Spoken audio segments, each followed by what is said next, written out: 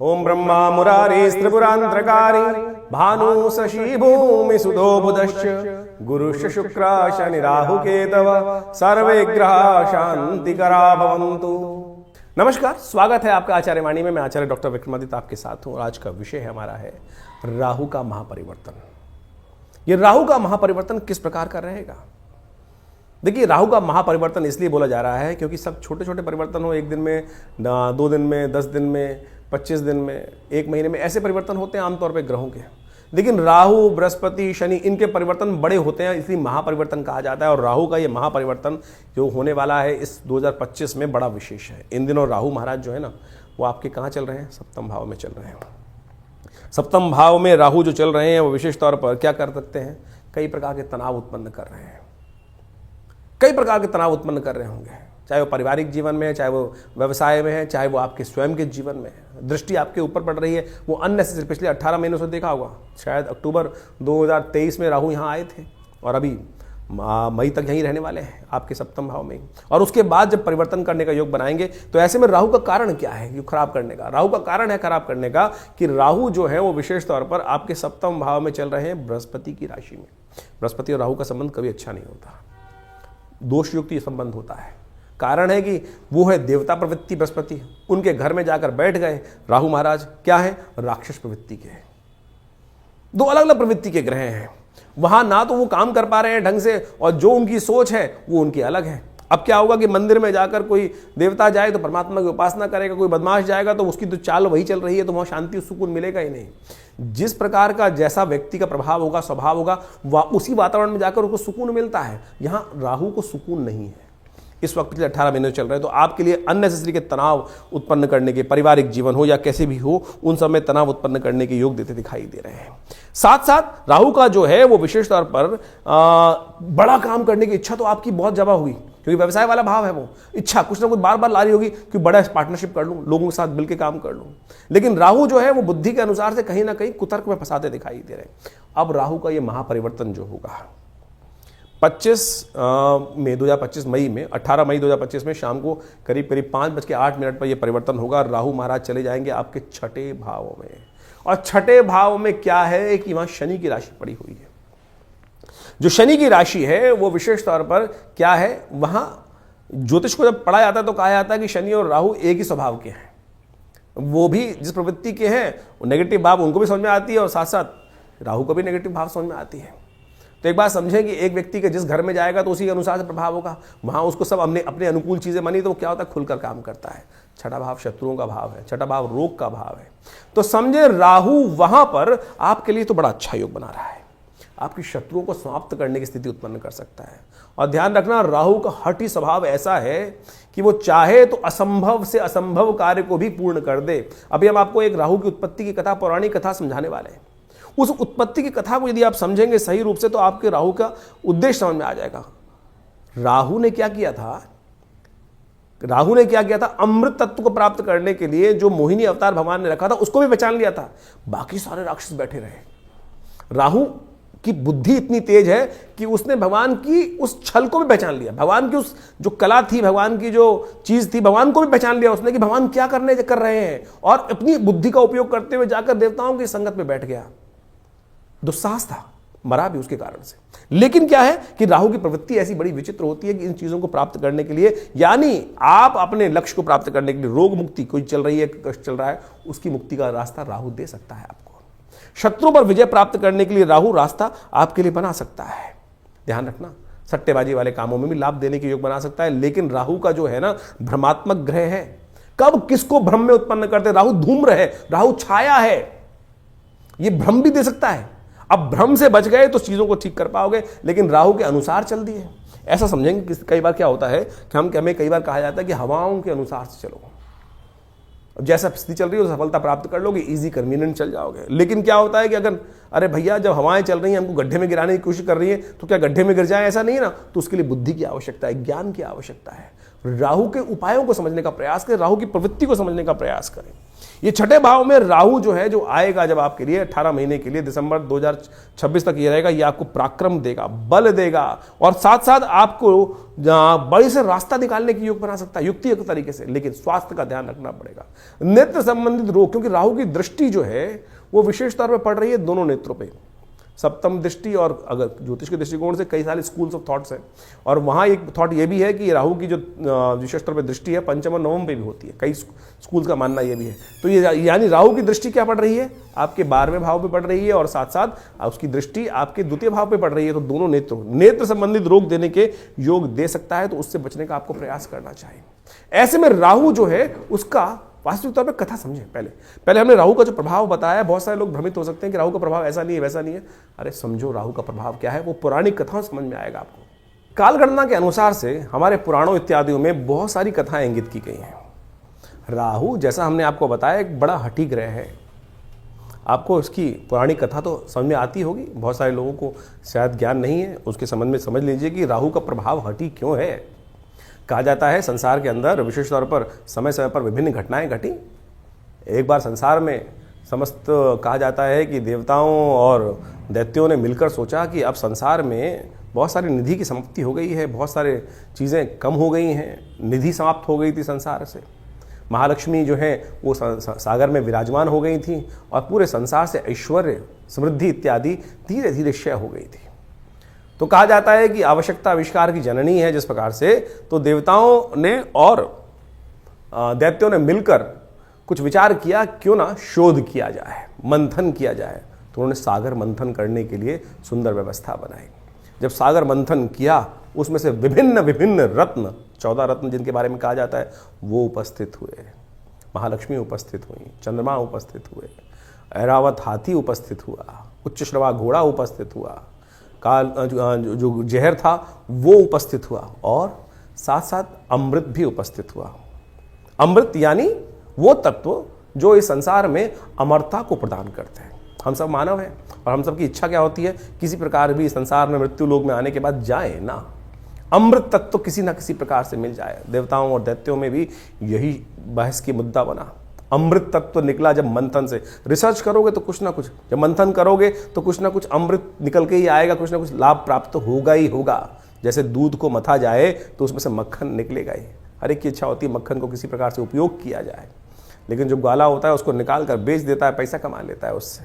उसी प्रकार से जब अमृत निकल कर आया तो अब देवताओं ने और दैत्यों में छीना झपटी शुरू हुई, और उस अमृत को प्राप्त करने के लिए कहा जाता है कि भगवान ने जब छुपा के बहुत दिन रखा गया, उसके बाद भी वो समाप्त नहीं हुआ द्वेष आपस में, तो भगवान नारायण उपस्थित होते हैं बीच में, और भगवान नारायण ने उपस्थित होकर सबको समझाया, देखो मैं बांटता हूँ, सबको इसको बांटने का प्रयास, सुंदर रूप से व्यवस्था बनाई, और मोहिनी रूप भगवान ने धरा और कहा। भगवान अब सोचे कि बहुत सारे लोग भ्रांति उत्पन्न कर सकते हैं कि मोहिनी रूप धर के तो एक तरह से छल किया गया।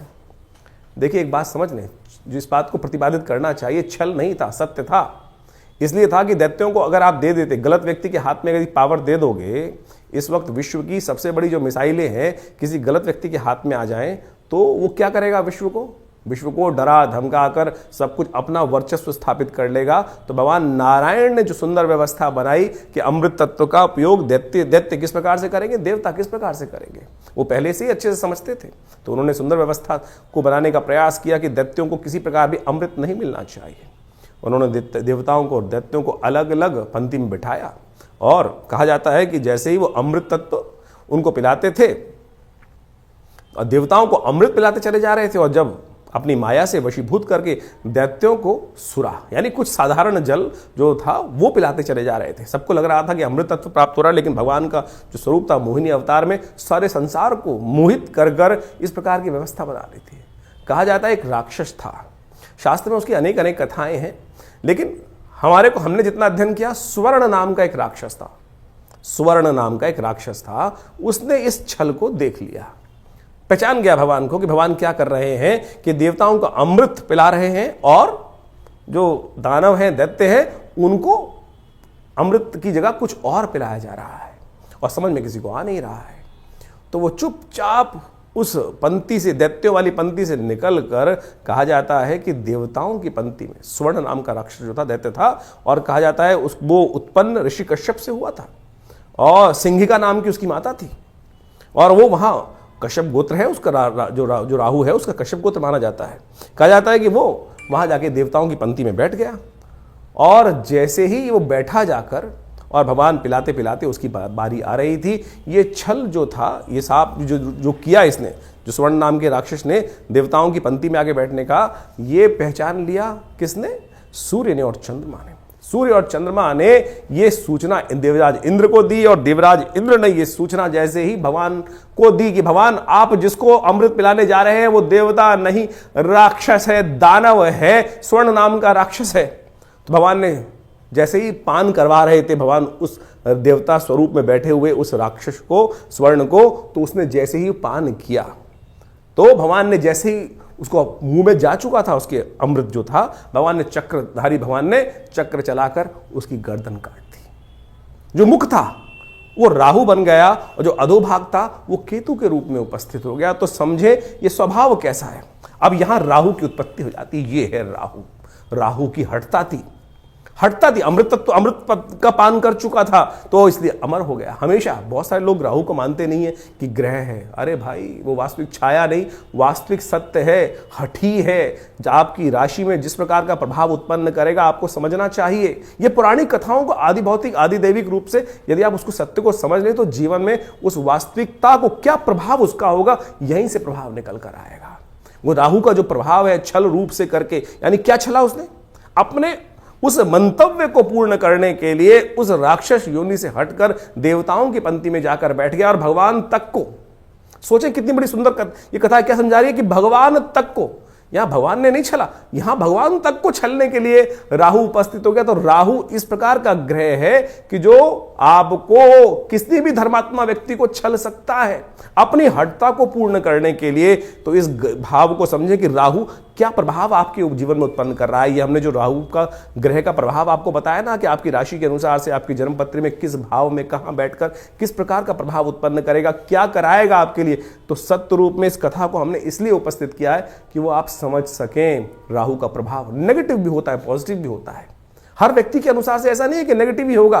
तो आपकी राशि के अनुसार से जो प्रभाव हमने समझाया है उसके लिए आपको सही रूप से कुछ उपायों की आवश्यकता है। तो कन्या राशि वालों, आपने समझा कि किस प्रकार से राहु का स्वभाव क्या है। ये पुरानी कथाएं जो है ना वो वास्तविक तौर पर प्रवृत्ति समझाती हैं और चीजों को साइंटिफिकली हमारे मनोमस्तिष्क में डालने का प्रयास करती हैं।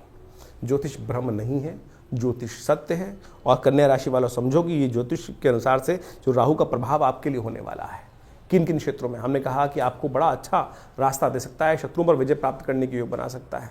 ऐसे में राहु के भ्रम से बचते हुए कार्य करना, क्योंकि अगर भ्रम हुए, आप क्या होता है कई बार राहु भ्रमात्मक ग्रह है और यहां पर हल्के से भ्रम से जो है वो शत्रु को आप शत्रु ना माने। कई बार क्या होता है कि आमतौर पर अबोध जब बच्चा होता है, अज्ञानता की स्थिति में होता है तो कई बार सांप को पकड़ लेता है, बच्चों को तो ज्ञान नहीं है ना। तो ऐसे में आवश्यकता है कि राहु के उस भ्रम जाल से अपने आप को हम बचाते हुए कार्य करने का प्रयास करें। कुछ राहु के उपाय अवश्य करिएगा। एक तो उपाय नोट कर लीजिए जो आपके लिए सबसे श्रेष्ठ है। वैसे तो शास्त्र में हजारों उपाय हैं, हर ऋषि ने अपने अनुसार से बहुत शास्त्रों में उपाय इंगित करने का प्रयास किया। शास्त्रों में विभिन्न पुराण इत्यादि में विभिन्न उपाय समय समय पर बताते ही रहते हैं हम लोग। आपकी राशि के दृष्टिकोण से सबसे श्रेष्ठ उपाय जो हम आपको बताएं तो वो समझ लीजिए, घर के नैऋत्य कोण में कहीं पीपल का पेड़ लगाने का प्रयास करें। इस राहु के पूरे 1.5 साल के प्रभाव में कोशिश कीजिएगा कभी कभी उसमें शनिवार शाम के समय सूर्यास्त होने के बाद जल भी डाल दिया करें तो बहुत अच्छा है। जब जब जब आपको याद आ जाए कभी वहां पर जाके एक दिया प्रज्वलित कर दीजिए। राहु के समय शाम के समय कुत्ते को रोटी डाल दिया कीजिए, मीठा कुछ डाल दीजिए, डाल देंगे तो बहुत अच्छा रहेगा। दूध और रोटी डालना ये आपकी राशि के दृष्टिकोण से बड़ा अच्छा रहेगा। लेकिन ध्यान ये रखना है आपको विशेष तौर पर कि एक काम और कर सकते हैं, खोटे सिक्के मिल जाएंगे आपको, अपनी गाड़ी में कुछ रख लीजिए। जब भी किसी नदी या पानी वाली जगह से आप निकल रहे हैं तो कभी कभार उस खोटे सिक्के को ओम भ्रांग भ्रींग भ्रौंग से राहवे नमः मंत्र जप करते हुए उस पानी में डाल दिया। देखिए इससे क्या होगा, राहु का नेगेटिव प्रभाव, भ्रम वाली स्थिति को ठीक करने में आपके लिए अद्भुत रूप से सहायता प्रदान होगी। ओम भ्रांग भ्रींग भ्रौंग से राहवे नमः, तो ये राहु का मंत्र है ही, इसको जप करके लगा सकते हैं। और उसका कम से कम जो जप संख्या है राहु के मंत्र की वो 18,000 कही जाती है। इसको करना चाहिए। राहु का सिद्ध यंत्र भी स्थापित करना आपके लिए बड़ा अच्छा हो सकता है। भोजपत्र बना हुआ राहु का सिद्ध यंत्र आप स्थापित करेंगे तो आपके लिए कल्याणकारी। इसके अलावा भी बहुत सारे उपाय हैं, उन सबको आप समझ लें तो बहुत अच्छे रहेंगे आप। राहु ग्रह को ठीक करने के लिए शास्त्र में अनेक अनेक उपाय बताए गए हैं। राहु ब्रह्मकारक ग्रह है। राहु वास्तव में मिथ्यात्मक ग्रह है। राहु बड़ा महत्वाकांक्षी है और इन सब का प्रभाव राहु पर जब पड़ता है तो उसके लिए ठीक करने के लिए देखिए, सकल पदार्थ हैं जगमाही कर्महीन पुरुष पावत नाहीं, ये तुलसी बाबा ने बहुत सोच समझ के एक बात लाइन लिखी है। और उन सब उपायों को किस प्रकार से ठीक रूप से किया जाए। अब आपकी राशि के अनुसार से आपने राहु का पूरा प्रभाव समझा, कुछ विशेष उपाय भी किए, लेकिन कुछ जनरल उपाय भी हैं शास्त्र के अनुसार से। कुछ जनरल उपाय इतने बढ़िया रूप से हैं कि यदि राहु ग्रह के दुष्प्रभाव को ठीक करने के लिए, अब क्या है कि जैसे दवाइयां होती है, वो एक ही दवाई तो है नहीं कि एक ही दवाई को खाएंगे ठीक कर लेंगे। अब हर भ्रांति के व्यक्ति को ठीक करने के लिए 5 उंगलियां बराबर नहीं है, अरबों लोग हैं और अरबों लोगों के हिसाब से अनेक अनेक उपाय। किसकी भ्रांति, किसी की दीक्षा, किसी का मंत्र में इच्छा ना हो तो राहु का उपाय कैसे करेगा, किसी की किसी और चीज में इच्छा ना हो तो वो कैसे राहु का उपाय ठीक करेगा। तो हम अनेक उपाय आपके समक्ष उपस्थित कर रहे हैं। देखिए, वैसे तो सबसे श्रेष्ठ जो है वो जो उपाय है राहु के, वो तो मंत्र, दान और साथ में औषधि विज्ञान के अनुसार से जो उपाय बनते हैं वही बनाने चाहिए। 3 तरह के उपाय शास्त्र में सुंदर रूप से प्रमाणित जो बताए गए हैं, 3 कैटेगरी के उपाय, वो है सबसे पहला मंत्र, फिर दान और उसके बाद औषधि। प्रकृति से जो औषधि उत्पन्न होती हैं वो सब राहु के नेगेटिव प्रभाव को ठीक करने के लिए बहुत अद्भुत कार्य करती हैं। उन सबको सही समय पर सही रूप से कर लिया जाए तो बहुत अच्छे से लाभ मिलता है। सबसे पहले तो यह समझने का प्रयास करना चाहिए कि राहु हमारी कुंडली में नेगेटिव प्रभाव कर रहा है या हमारी कुंडली में पॉजिटिव प्रभाव कर रहा है। एक बात सीधी तरह से हम आपको सिद्धांतिक तौर पर समझा देते हैं। राहु का संबंध बिल्लियों के साथ होता है। देखिए, यदि आपकी कुंडली में राहु नेगेटिव चल रहा है तो देखिएगा आपके घर के आसपास या तो बिल्लियां रो रही होंगी, बिल्लियां लड़ रही होंगी, रात्रि में बिल्ली के रोने की आवाज़ आती है, बिल्ली के लड़ने की आवाज़ आती है, तो समझ लेना चाहिए आपका राहु का प्रभाव कहीं ना कहीं नेगेटिव चल रहा है। कहीं ना कहीं राहु का प्रभाव आपकी कुंडली में नेगेटिव है। और यदि आप अध्यात्म से विमुख हो रहे हैं, राहु का प्रभाव एक सबसे बड़ा है, राहु ग्रहण कारक ग्रह है। राहु सूर्य को भी ग्रसित कर लेता है, जैसे हमने आपको समझाया। नैसर्गिक दृष्टिकोण से सबसे ताकतवर ग्रह माना जाता है राहु ग्रह। कोई उसके आगे चलता नहीं है किसी का बस। यानी सबसे ज्यादा प्रभाव क्या होता है, सूर्य का ग्रह का प्रभाव होता है। सूर्य किसी हर ग्रह को अस्त कर सकते हैं, लेकिन राहु जिसको छायात्मक ग्रह रूप में माना जाता है, कई लोग तो मानते भी नहीं है। बहुत सारे लोग ये भ्रांति उत्पन्न करते हैं राहु ग्रह थोड़ी है, छाया है वो तो। अरे भैया, राहु का प्रभाव नैसर्गिक दृष्टिकोण से यदि आप पढ़ोगे, ज्योतिष की गणनाएं सीखोगे, तो सबसे ज्यादा नैसर्गिक दृष्टिकोण से बलशाली ग्रह जो है वो राहु ही माना जाता है। और कहा जाता है, जिस प्रकार समझें कि राहु सूर्य को भी ग्रसित कर लेता है। अभी हमने आपकी समझ जो कथा उपस्थित करी, सूर्य राहु जो राहु है वो सूर्य और चंद्र, क्योंकि उनकी आपस में परम शत्रुता है। राहु के 3 शत्रु माने जाते हैं वैसे तो। जी हाँ, राहु के 3 शत्रु माने जाते हैं, सूर्य, चंद्र और केतु भी, क्योंकि बिल्कुल उल्टा प्रभाव है।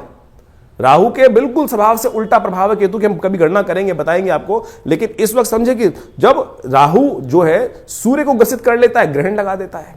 जो सूर्य सबको अस्त करता है उसको अस्त कर देता है, फिर चंद्र ग्रहण लगा देता है, तो सबसे ज्यादा बलशाली ग्रह माना जाता है। तो इसका प्रभाव बिल्कुल अवश्य होता है हर व्यक्ति के ऊपर। तो इसके प्रभाव को ऐसा हल्का नहीं समझना चाहिए। तो इस प्रकार से बहुत सारे उपाय शास्त्र में वर्णित हैं, उनको हम आपके समक्ष रखने का प्रयास करते हैं। उनमें से अनेक उपाय शास्त्र के अनुसार से कर सकते हैं।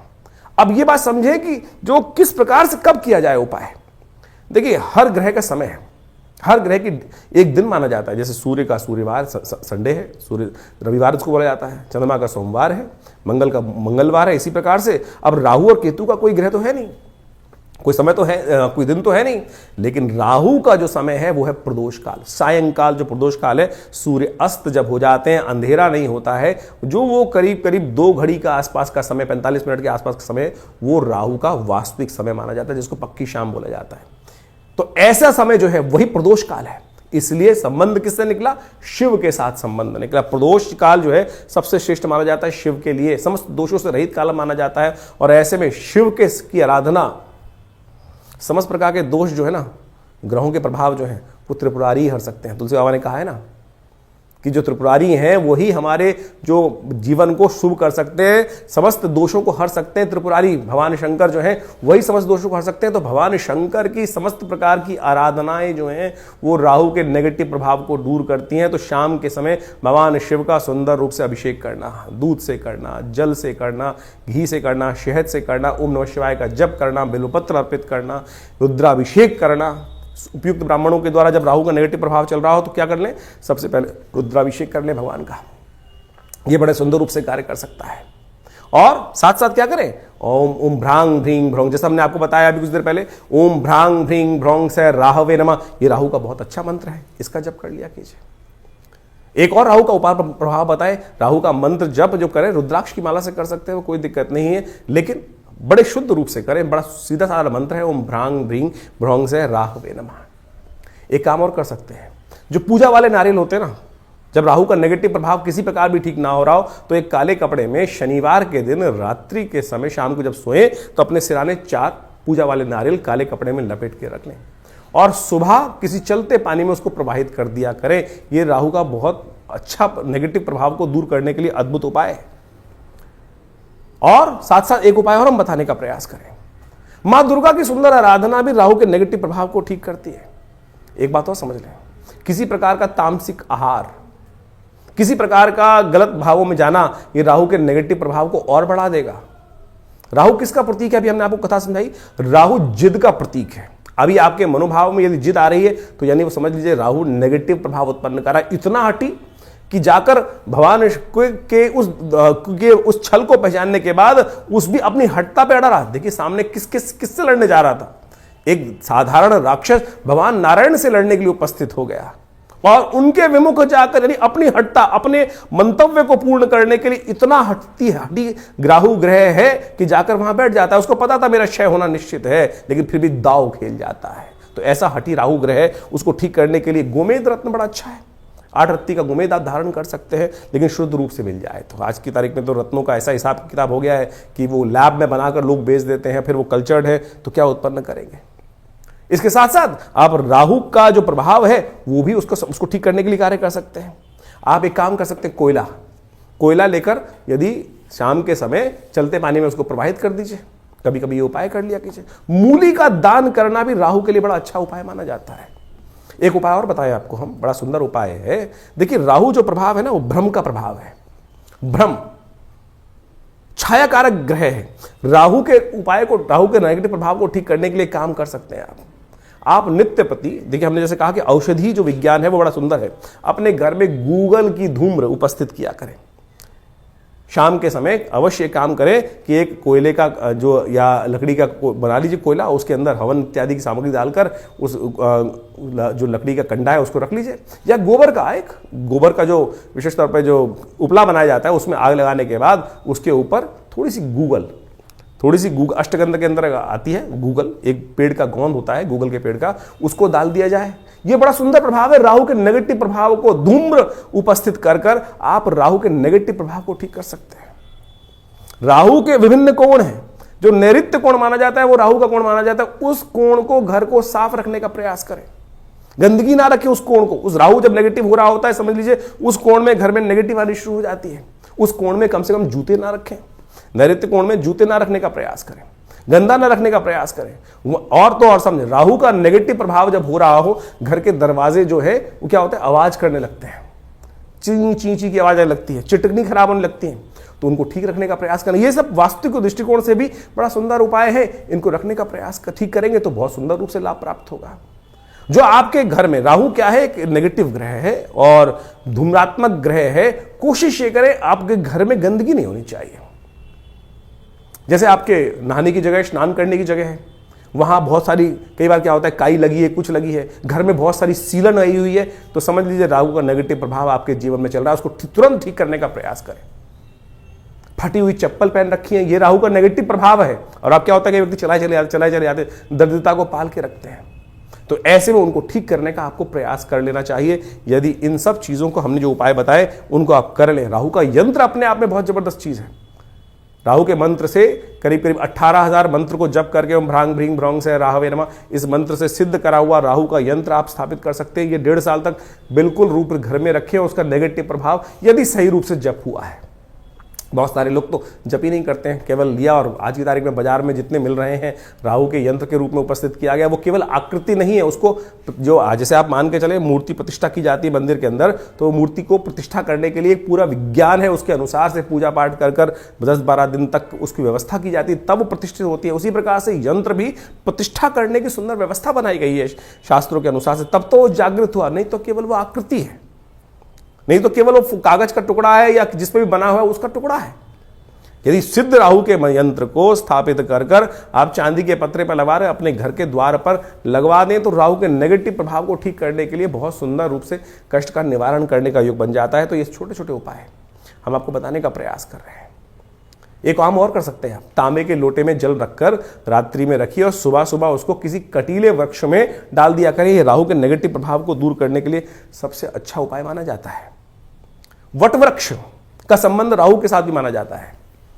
वृक्षारोपण, किसी देवस्थल पर जाकर आपके द्वारा कोई वट वृक्ष लगाएं और घर के नैऋत्य कोण की तरफ लगाने का प्रयास करें। घर के नैऋत्य कोण की तरफ यदि आप कोई ऐसा बड़ा विशाल वृक्ष लगाकर दूर, घर से दूर, पार्क इत्यादि में नैऋत्य कोण की तरफ चलते हुए लगाएं और उसको नित्य प्रति पोषित करें, तो ये राहु के नेगेटिव प्रभाव को ठीक करने के लिए बहुत अच्छा उपाय कर सकता है। सीधे साधे उपाय जो हमने आपके समक्ष उपस्थित किए हैं, ये करेंगे तो बहुत अच्छा रहेगा। सबसे बढ़िया श्रेष्ठ उपाय भगवान शिव की आराधना, तिलोदक, तिल के जल से तिल मिलाकर उसके द्वारा भगवान का सुंदर अभिषेक, भस्म के द्वारा भगवान का अभिषेक करना, ये समस्त चीजों से राहु का नेगेटिव प्रभाव, देखिए इतने उपाय हमने आपको बताए, इनको समझ लीजिए, करेंगे तो बहुत सुंदर रूप से आपके नेगेटिव प्रभाव को ठीक करने के लिए राहु अद्भुत रूप से आपकी सहायता ही करेंगे, लाभ ही देंगे। तो ये आपने राहु का जो प्रभाव है आपकी राशि के अनुसार से समझा, लेकिन जन्मपत्री तो है, पूरे बहुत सारे ग्रहों का योगा योग का प्रभाव है, वो उसको समझना चाहिए।